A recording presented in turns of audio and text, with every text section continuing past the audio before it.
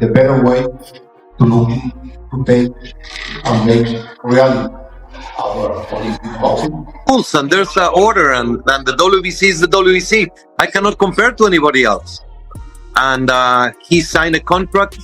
He fought to fight for the WBC title. But you, the WBC, think that you better than everybody, don't you? So since you, the WBC, and you got the fucking green belt, which don't mean fucking shit. Terence Crawford has just faced a shocking turn of events. The WBA president has officially revoked his boxing license. This comes only days after Crawford filed a $50 million lawsuit against the WBC. He did not comply with the rules. Then he moves up to super middle and makes the fight of the century, beats Canelo, makes $50 million or around that.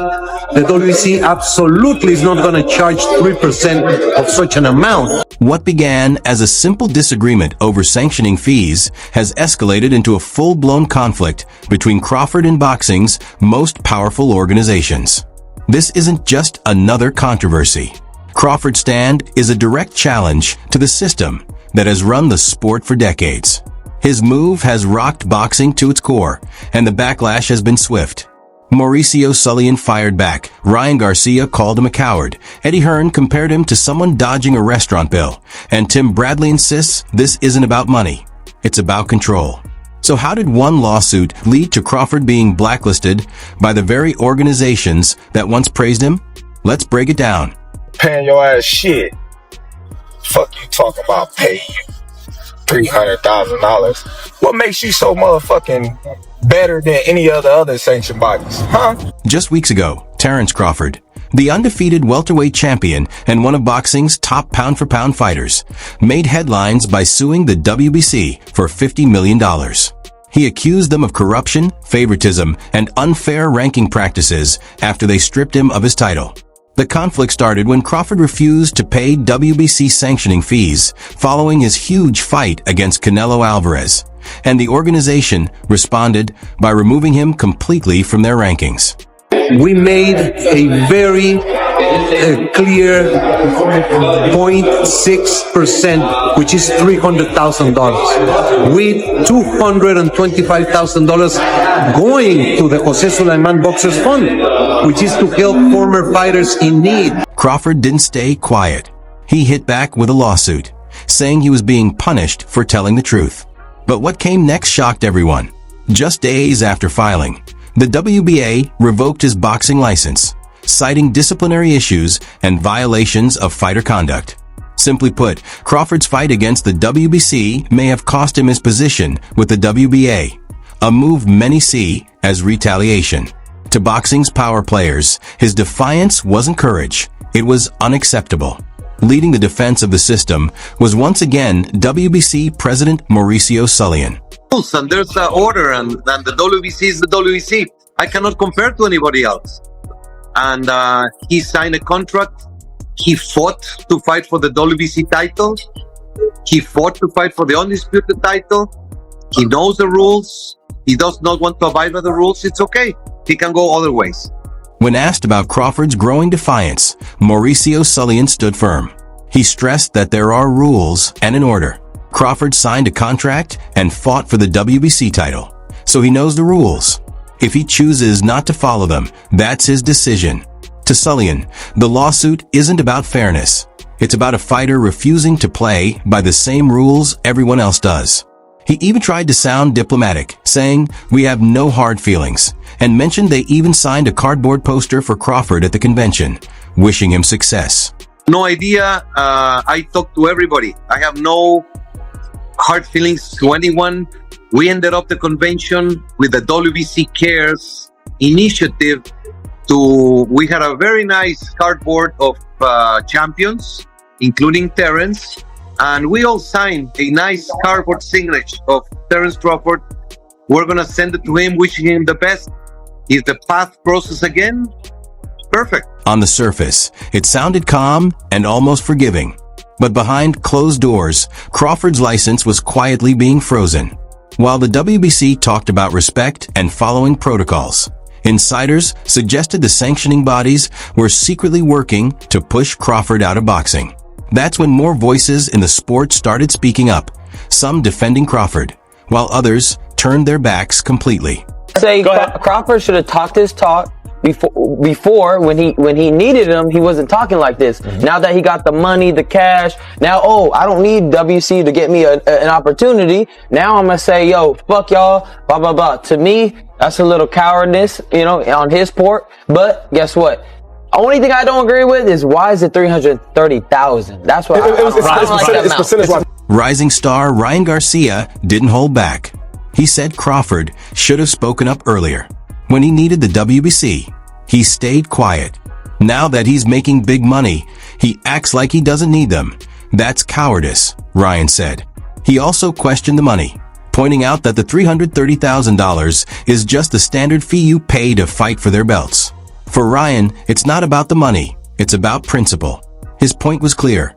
If Crawford wanted to be recognized as an undisputed champion, he should have respected the same system that gave him that status. It's a classic generational clash. One fighter defending the system that shaped him, while another challenges it. Then, a retired champion stepped in with a completely different perspective, leaving fans stunned. You already know the damn rest, eh? Oh, this Terence Crawford is going on. But they all missing it. He missing it too. This ain't about no damn WBC. Boxing analyst and former champion Tim Bradley didn't hold back. He said this isn't really about the WBC. It's about Hamza Shiraz getting that title without having to go through Crawford. I'm gonna keep the buck with you. Oh, I want y'all to think, man. I told y'all, this is the channel to make y'all think. This about Hamza Shiraz. Bradley argued that the sanctioning bodies weren't punishing Crawford just for skipping fees. Instead, they were making way for their own fighters. He pointed out something many fans had missed. Hamza Shiraz, a rising star with strong backing, was suddenly being fast-tracked for a title shot after Crawford was stripped. Whose fighter is that? Bradley urged fans to think about it. It's about him getting a strap.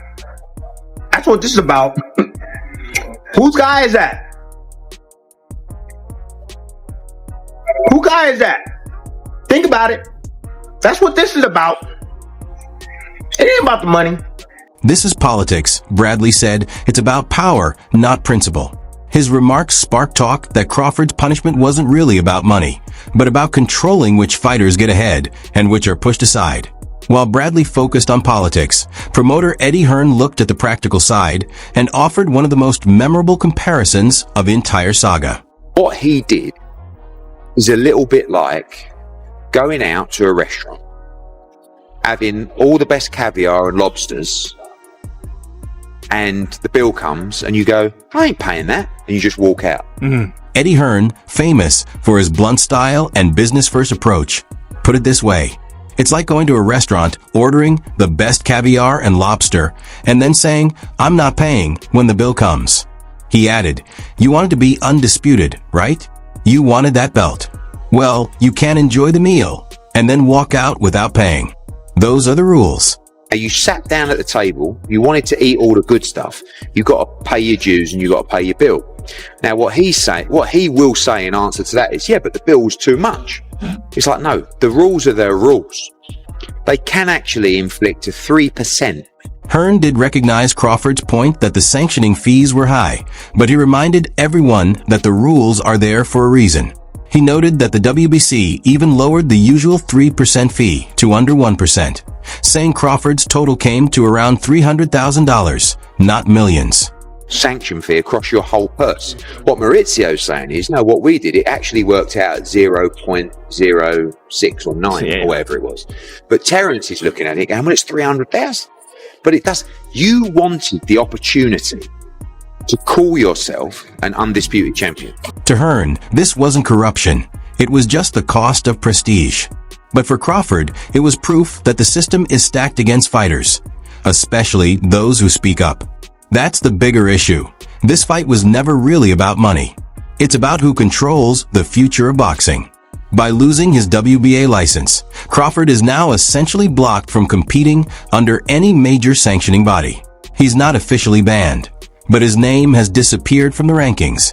And without those approvals, no promoter can legally organize his next fight under standard rules. In short, he's been blacklisted, cut off from the very system he once helped shape. And it is just regrettable. Not even a thank you or I'm sorry, taking a different route, no response. I wish him the best. But this is not. The WBC is huge, it's great. It's about greatness, and I'm relieved, to tell you the truth. Insiders say this was retaliation for his $50 million lawsuit, a warning to any other fighter thinking of doing the same. For Crawford, it means no sanctioned fights, no title defenses, and no paydays under the WBA. It's boxing's way of erasing someone, not for performance, but for politics. But here's the twist. While they think they've quieted him, this could be the moment Crawford's voice gets even louder. His fight has reignited a decades-old debate. Should fighters be forced to pay sanctioning bodies that already profit from their names? Or is it time for the sport to finally move toward transparency? You don't have to be a fucking rocket scientist to see what's going on with all these guys. They're all these guys that are crying the loudest are the fucking problems. They're the problem, every one of these guys. Even Dana White, the UFC president, recently spoke up, calling boxing system outdated, bloated, and broken. Errol Spence Jr. added that there needs to be accountability for how sanctioning fees are used. We don't know if it's funding fights or funding parties, he said. It definitely changed. We definitely see, there need to be some account of where's the money going, because, we don't know. Is it going to, because all we see is like them having, big dinners at fights and big dinners fights and, they have big, what's the things they be throwing? Big annual, conventions and things like that. So